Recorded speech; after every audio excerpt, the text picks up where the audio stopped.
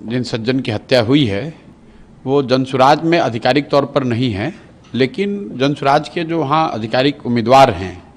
पीयूष जी, उनके साथ उनके समर्थन में वो लगे रहे हैं। और ये दिखाता है कि कहीं न कहीं बिहार में जिस जंगल राज की बात होती थी, जो बाहर लोग सुनते थे कि चुनाव के दौरान बड़े पैमाने पर हिंसा होती है, वो कहीं न कहीं उसी को दर्शाता है।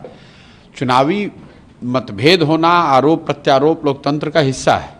लेकिन किसी की हत्या हो जाना, वो आदमी सही है गलत है, उसने क्या किया नहीं किया, वो बहस का मुद्दा हो सकता है, लेकिन लोकतंत्र में हिंसा की जगह नहीं हो सकती। और किसी की हत्या हो जाना ये तो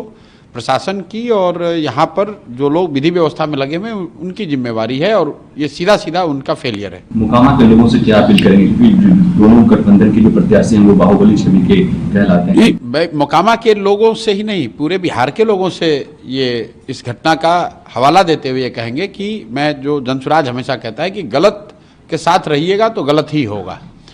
बाहुबली किसी जाति का हो, किसी समाज का हो, आपके गांव का हो, आपके विचारधारा का हो, जो गलत है वो गलत है। और मोकामा में ये दिख रहा है कि अगर दो बाहुबली लड़ रहे हैं, उसमें जनसुराज का एक पढ़ा लिखा यंग लड़का चुनाव लड़ रहा है, तो कितनी घबराहट है। मैंने एक पहले भी बयान में कहा था कि जो बाहुबली हैं वो बाहुबलियों से लड़ने में नहीं डरते हैं, वो अच्छे लोगों से लड़ने में डरते हैं।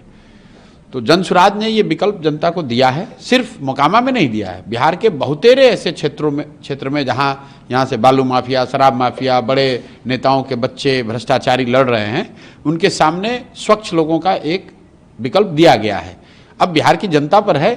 कि वो स्वच्छ लोगों को चुनती है या फिर वही पुराने भ्रष्टाचारियों को